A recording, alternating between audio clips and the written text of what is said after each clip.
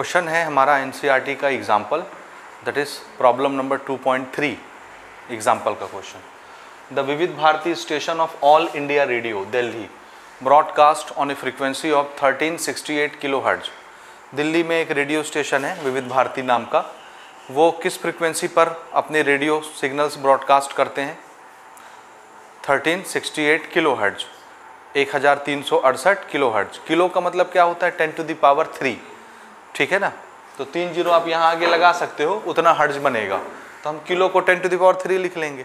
Okay, calculate the wavelength. देखो दिया क्या है? फ्रीक्वेंसी। ये हर्ट्ज किसकी यूनिट बनाई थी हमने? फ्रीक्वेंसी की। हर्ट्ज यानी पर सेकंड, याद है? सो फ्रीक्वेंसी हमको दिया है और हमसे पूछ क्या रहा है कि ये जितनी फ्रीक्वेंसी की इलेक्ट्रोमैग्नेटिक वेव्स वो ब्रॉडकास्ट कर रहे हैं, रेडियो वेव्स, ठीक है, उस रेडियो वेव की वेवलेंथ कितनी होगी? फ्रीक्वेंसी तो बता दिए 1368। So calculate the wavelength of the electromagnetic radiation emitted और transmitter, emitted by transmitter. Which part of the electromagnetic spectrum does it belongs to? हमने स्पेक्ट्रम बनाया था ना, याद है? याद है? इधर क्या था? Long radio waves, short radio waves, FM AM था। उसके बाद क्या था? माइक्रोवेव्स। फिर क्या था? इंफ्रारेड। फिर क्या था? विजिबल लाइट का स्पेक्ट्रम आया था, छोटा सा, 10 to the power 14 से 16 के बीच में, यानी 15 वाला। उसके बाद क्या था? UV रेस, फिर एक्स रेस, गामा रेस, उसके बाद कॉस्मिक रेस। कॉस्मिक रेस नहीं लिखा है तो लिख लीजिएगा उस तरफ सबसे लास्ट में, ठीक है जी? समझ आया? तो ये पूरा क्या कहलाता है? पूरे के पूरे इलेक्ट्रोमैग्नेटिक वेव्स ही तो हैं, अलग अलग फ्रीक्वेंसी, अलग अलग वेवलेंथ वाले।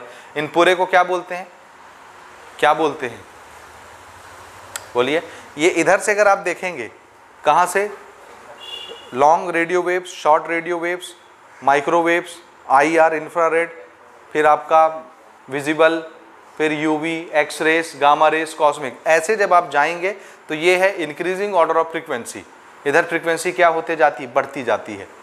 याद आया? और अगर आप इधर से देखोगे इस तरफ से, cosmic rays, gamma rays, X rays, UV rays, visible light, फिर माइक्रोवेव, इंफ्रारेड, फिर माइक्रोवेव, फिर क्या था?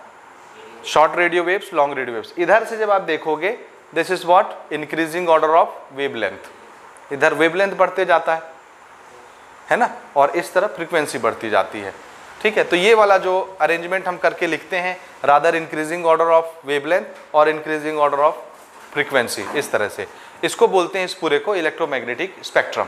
तो हमारी इलेक्ट्रोमैग्नेटिक स्पेक्ट्रम में ये जो फ्रीक्वेंसी की रेडियो वेव्स हम ब्रॉडकास्ट कर रहे हैं, उसकी जो वेवलेंथ आएगी अभी निकालने के बाद, उसको बताना है कि आपके इलेक्ट्रोमैग्नेटिक स्पेक्ट्रम में वो कौन से इलेक्ट्रोमैग्नेटिक वेव्स की वेवलेंथ है या फ्रीक्वेंसी है, कौन सा वेवलेंथ है, यानी ये वेवलेंथ और फ्रीक्वेंसी किस इलेक्ट्रोमैग्नेटिक वेव से बिलोंग करती है, आपके स्पेक्ट्रम में कहाँ से बिलोंग करती है। समझ आया क्वेश्चन? उसका नाम भी आपको बताना है। तो इसको कैसे बनाएंगे?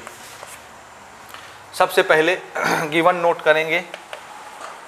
गिवन क्या दिया है? फ्रीक्वेंसी। फ्रीक्वेंसी के लिए सिंबल क्या बनाए थे? न्यू।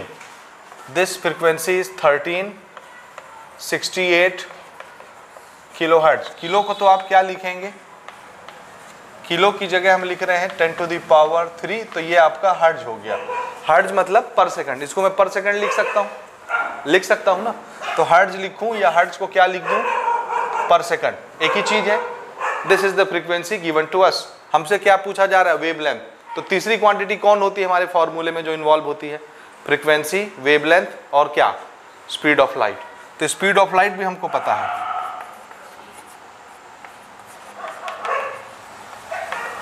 जिसको आप C से रिप्रेजेंट करते हो। कितना होता है ये? 3 × 10 to the power 8 मीटर पर सेकंड। और अगली चीज हमसे जो पूछी जा रही है वेवलेंथ, वो हम निकाल लेंगे,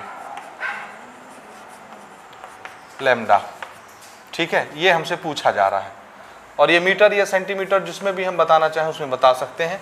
ओके, न्यू, C और लैम्डा, इनका आपस का क्या रिलेशन होता है? C is equal to nu multiplied by lambda. ये भी हम डिस्कस ही कर रहे थे कि फ्रीक्वेंसी और वेवलेंथ दोनों का मल्टीप्लिकेशन हमेशा कांस्टेंट रहता है। कितना आता है? 3 × 10 to the power 8। पूरे इलेक्ट्रोमैग्नेटिक स्पेक्ट्रम में चेक कीजिए, किसी का भी। और इसमें हमको ये लैम्डा निकालना है, तो न्यू इसके नीचे आ जाएगा। Therefore lambda is equal to C/न्यू। चलिए वैल्यू हम पुट करते हैं। c की वैल्यू होती है 3 × 10⁸ मीटर पर सेकंड, डिवाइडेड बाय न्यू की वैल्यू हमको दी हुई है 1368 × 10⁻³ पर सेकंड। तो पर सेकंड तो वैसे ही कैंसिल हो गया, यूनिट सिर्फ क्या बची, मीटर, आंसर मीटर में आ जाएगा। हाँ, अब रहा सवाल इसको थोड़ा सॉल्व करने का। तो देखिए 10⁻³ नीचे है, ऊपर से भी 10⁻³ कट गया, तो कितना 10 का पावर बचा, 5। समझ रहे? तो 3 × 10⁵ डिवाइडेड बाय 1368, लेकिन ऊपर 3 है, नीचे 1368 है, तो डिवाइड तो होगा नहीं, तो ऊपर वाले नंबर को थोड़ा सा बड़ा कर लीजिए। अब एक्चुअल में ये कितना लिखा हुआ है, 3 × 10⁵ डिवाइडेड बाय इतना, ये मीटर, इतना मीटर आएगा। लेकिन अब 10 को आपको छेड़ना नहीं है, याद रखिएगा ना, हमको क्या करना है, इसको इससे डिवाइड करना है। लेकिन ये छोटा है, ये बड़ा है, तो कैसे डिवाइड करें, तो यहाँ से 2 0 3 0 ले लो ताकि ये थोड़ा बड़ा हो जाए, ये छोटा हो जाए। तो कितने जीरो ले लूँ यहाँ से मैं, 2 की 3, 2 लूँगा तो 300 बनेगा, फिर भी छोटा रहेगा। 3 0 ले लूँ तो 3 0 अगर मैं 10⁵ से लेता हूँ तो उसमें कितने जीरो बचेंगे बताइए। 10⁵ से 3 0 अगर मैं यहाँ लगा ले रहा हूँ तो वहाँ कितने बच रहे हैं, 2 10⁻², और नीचे कितना है 1368। अब इसको आप कैंसिल नहीं कर सकते क्या, करिए जरा, इसको डिवाइड कराइए, कितना आता है देखिए। तो कैसे कैसे डिवाइड करेंगे इसको हम लोग, इसको हमको डिवाइड करना है, ठीक। तो कैसे कैसे किए, 3 0 यहाँ से लेके इसको 3000 बना लिए, ये 1368, तो ये बड़ा हो गया, ये छोटा हो गया, अब डिवाइड हो सकता है। इसको हमने किससे कटाया जी, 4 से। 4 से जब ये कटेगा तो ये आता है 750, इसको काटेंगे 4 से 342, कट गया 4 से बराबर बराबर। उसके बाद हम देख रहे हैं दोनों 2 से कट रहे हैं, इसको 2 से कटाओगे तो 375, इसको 2 से कटाओगे 171। लेकिन अब ये 5 वाला है और ये 171 है, अभी ये किसी से नहीं कट रहा, ठीक। तो हम क्या करते हैं, इसको थोड़ा सा राउंड ऑफ करते हैं, 171 को 170 लिख लेता हूँ, तो यहाँ यूनिट में 5 है, ये 70 हो जाएगा, तो दोनों 5 5 से कट जाएंगे, तो इसको राउंड ऑफ करके 170 लिख दिया, ये 375, ये 5 से कैंसिल हो रहा है, इसको 5 से कैंसिल कराए 75 आया, ठीक है, और इसको 5 से कैंसिल कराए 34 आया। समझ रहे हैं? तो 34 को हम राउंड ऑफ करके 35 लिख लेंगे, या हम यहीं से अगर डिवाइड करें तो एग्जैक्ट आंसर आ जाएगा। अगर मैं इसको राउंड ऑफ करके 35 लिखता हूँ, ठीक है, और डिवाइड करता हूँ तो 2.142 समथिंग ऐसे आता है, तो एग्जैक्ट आंसर नहीं आता। तो हम क्या करते हैं कि देखो ये 34 इतना बड़ा नंबर भी नहीं कि इससे हम डिवाइड ना कर सकें, इसको राउंड ऑफ करने के बजाय डायरेक्ट यहीं से डिवाइड करते हैं, तो भी हमको ये अप्रॉक्स आंसर तो दे ही देगा।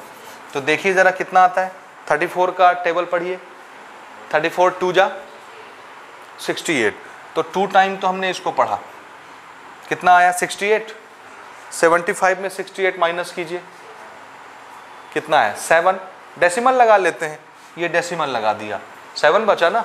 अब डेसिमल लग गया है तो 7 के आगे 1 0 आप इमेजिन कर सकते हो, तो वो क्या बन गया 70।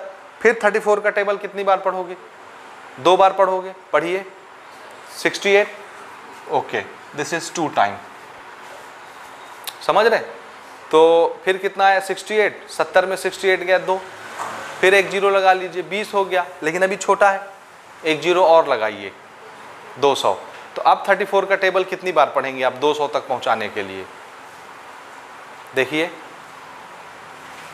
5 बार 6 बार, कितनी बार पढ़ोगे, 200 तक आपको पहुंचाना है 34 को, 5 बार कितना आता है 170 आता है, तो 170 में सिर्फ 30 ही बच रहा है ना, ओके, 5 या 6 भी ले सकते हैं हम ना, क्योंकि तो राउंड ऑफ चल रहा है पूरा पूरा, तो हम आगे नहीं ले जाना चाहते। अगर आगे ले जाएंगे भी तो हम ले लेते हैं 5 बार, तो 170 आया, फिर 30 बच गया, फिर आप 0 लगाओगे, फिर वो 300 हो जाएगा, तो ऑलमोस्ट 340 300 कितने टाइम, 9 टाइम्स हम पढ़ सकते हैं, 8 टाइम 9 टाइम्स। तो ऐसे अंदाज़ा लगा लीजिए, ये 8 टाइम्स मान लेता हूँ मैं, दिस इज़ 8 टाइम, ये ऐसे बढ़ेगा, और साथ में ये 10⁻² भी लगा हुआ है, तो अब मैं 10⁻² को यहाँ लगा देता हूँ। ये समझ आया तरीका? हाँ, ये एकदम एग्जैक्ट आंसर नहीं आएगा क्योंकि मैं राउंड ऑफ करके बना रहा हूँ, तो एग्जैक्ट के बिल्कुल नज़दीक तक आ जाएगा और ये मान्य होगा आपका आंसर। समझ रहे हैं? एकदम एग्जैक्ट चाहिए तो फिर आपको राउंड ऑफ नहीं करना है, यहीं पे आपको इसको कटाना पड़ेगा। जैसा भी डेसिमल में आए यहीं पे कटाइए, आपका एग्जैक्ट आंसर कितना आता था जी, एग्जैक्ट पूरा पूरा कटाने से 2.19 इंटू 10⁻², इतना आता है, 193 आता है आगे, और ये तो 219.3 आ जाएगा मल्टीप्लाई करने से। ठीक, तो अगर मैं यहीं पे कैंसिल करा दूंगा बिना राउंड ऑफ किए तो इतना आ जाएगा, एग्जैक्ट आ जाएगा, और आप कर सकते हो, कोई बड़ी बात नहीं है। समझे कि नहीं समझे, आराम से इसको आप कर सकते हैं। लेकिन अगर मैं राउंड ऑफ के थ्रू चलता हूं तो 219 आने के बजाय 225 आ जाएगा। अब 219 और 225 में कितने का अंतर है, बहुत थोड़े का अंतर है ना, 2 या 4 डिजिट आगे पीछे होता है, तो ये भी वैल्यूएबल है। जब ये इससे मल्टीप्लाई होगा सो डेसिमल 2 डिजिट आगे चला जाएगा, 225.8 इतना आ जाएगा मीटर। ये आंसर आ रहा है, अदरवाइज एग्जैक्ट आंसर वो है। आया समझ, मैं 10⁻² से मल्टीप्लाई करूंगा तो 2 डिजिट आगे चला जाएगा डेसिमल यहाँ, तो ये ऐसा आ जाएगा 225। अब ये 219 इससे मल्टीप्लाई हुआ तो ये क्या बन जाएगा, 219.3 मीटर। ये एग्जैक्ट आंसर ये है, अगर यहीं से डिवाइड करेंगे वो आ जाएगा। समझ रहे हैं बात मेरी, बोलिए। और राउंड ऑफ करके चलेंगे ये आएगा। लेकिन बच्चे ये देख के बड़ा कंफ्यूज होते हैं कि मेरी एनसीईआरटी में तो 219.3 लिखा है, वही आना चाहिए, 219.4 भी आ गया तो गलत हो जाएगा। ऐसा कुछ नहीं होता, इसमें राउंड ऑफ चलता है थोड़ा बहुत, तो 2-4 डिजिट आगे पीछे एक्सेप्टेबल रहता है। आ रहा है समझ में। तो अगर आप राउंड ऑफ करके इतना भी लिख देते हैं तो कोई ज़्यादा अंतर नहीं, 219.3 ये लगभग 220 ही है और ये 225 है, कितने का अंतर है 220 और 225 में, 5 ही का, उतना चलता है राउंड ऑफ में। ठीक है, 214 आ रहा है, हाँ, तो वो 5 का डिफरेंस आएगा थोड़ा बहुत, आप राउंड ऑफ करेंगे तो। ठीक, बन गया ये। अच्छा, आंसर ठीक है, ये हमारा मेन आंसर है या ये आंसर है। अब आंसर तो आ गया, अब आपको ये बताना है, इस क्वेश्चन का आंसर तो आपने दिया नहीं कि which part of the electromagnetic spectrum does it belongs to, ये किस पार्ट से बिलोंग करता है। तो देखिए इसका ऑर्डर कितना आया है, इसी को देखो, ऑर्डर कितना है 10⁻²।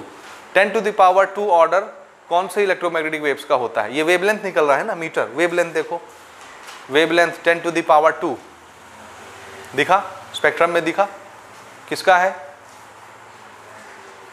किसका, जोर से बोलो, लॉन्ग की शॉर्ट, लॉन्ग है पक्का, किस रेडियो वेव का है जी, नीचे देखो ना, रेडियो वेव्स है ये, शॉर्ट रेडियो वेव्स। ठीक है, ये इधर देखो, शॉर्ट रेडियो वेव्स, ये स्पेक्ट्रम है आपकी एनसीईआरटी में, स्क्रीन में भी मैं आपको यहाँ दिखाता हूँ। ये यहाँ पर ये लास्ट वाली है लॉन्ग रेडियो वेव्स। ठीक, ये यहाँ से लेके 10⁻4 तक है, और ये छोटा सा है radio wave, short radio waves, यहाँ पर आता है 10⁻²। ठीक है, ये वाला दिख रहा है, ये देखो। ठीक, तो ये 10⁻², ये है आपका लैम्डा, फ्रीक्वेंसी नहीं, वेवलेंथ देखना है, नीचे वेवलेंथ दिया है, ऊपर फ्रीक्वेंसी दिया है, समझ गए। हाँ, तो ये किस रेंज में बिलोंग करता है स्पेक्ट्रम में, शॉर्ट रेडियो वेव्स। ठीक है, तो आप लिखेंगे दिस वेवलेंथ, लिखिए this wavelength belongs to short radio waves, this wavelength belongs to short radio waves.